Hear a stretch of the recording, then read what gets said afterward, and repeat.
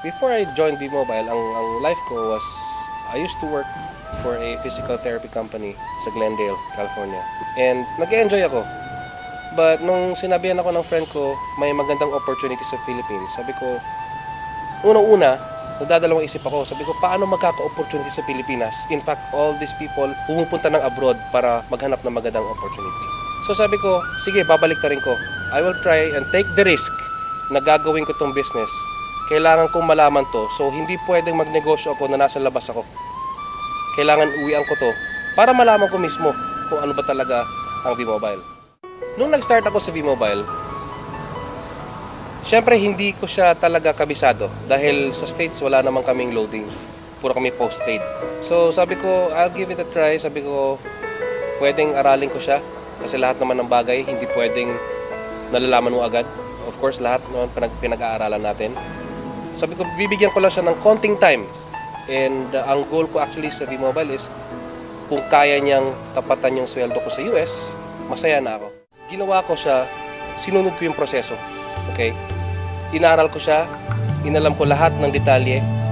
Pero ang ginawa ko lang, hindi yung buong-buo. Yung pinaka-basic na kailangan ko lang dapat malaman about V-Mobile.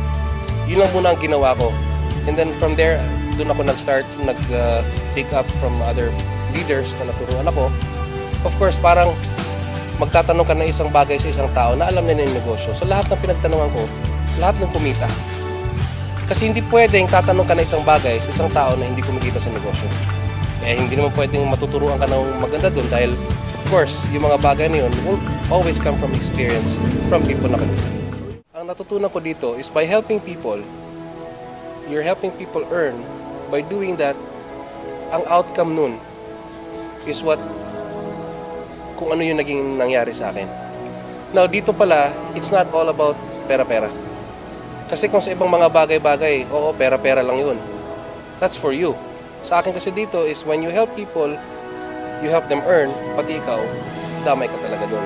So it was mixed emotion. Hindi ko siya, hanggang ngayon, I owe it all to the people na naging kasama ko dito sa negosyo na to. Ang rejections kasi, natutunan ko rin yan before pa ako naging B-Mobile member. Mas dumami siya na naging B-Mobile member ako.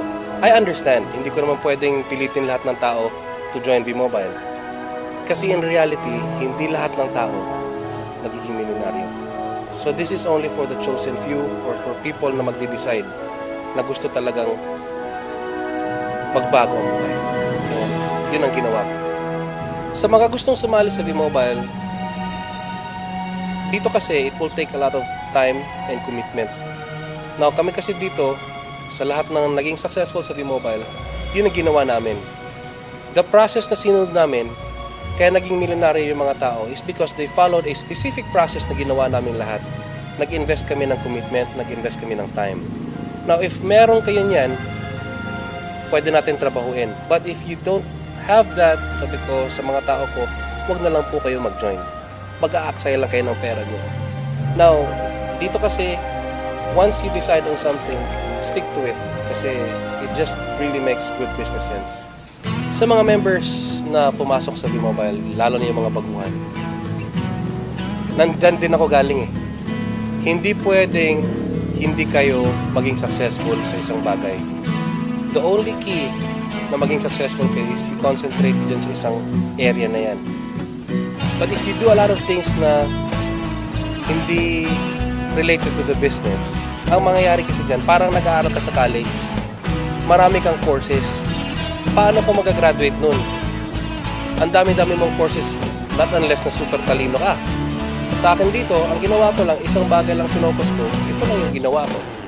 And I think I'll be here for quite a longer time.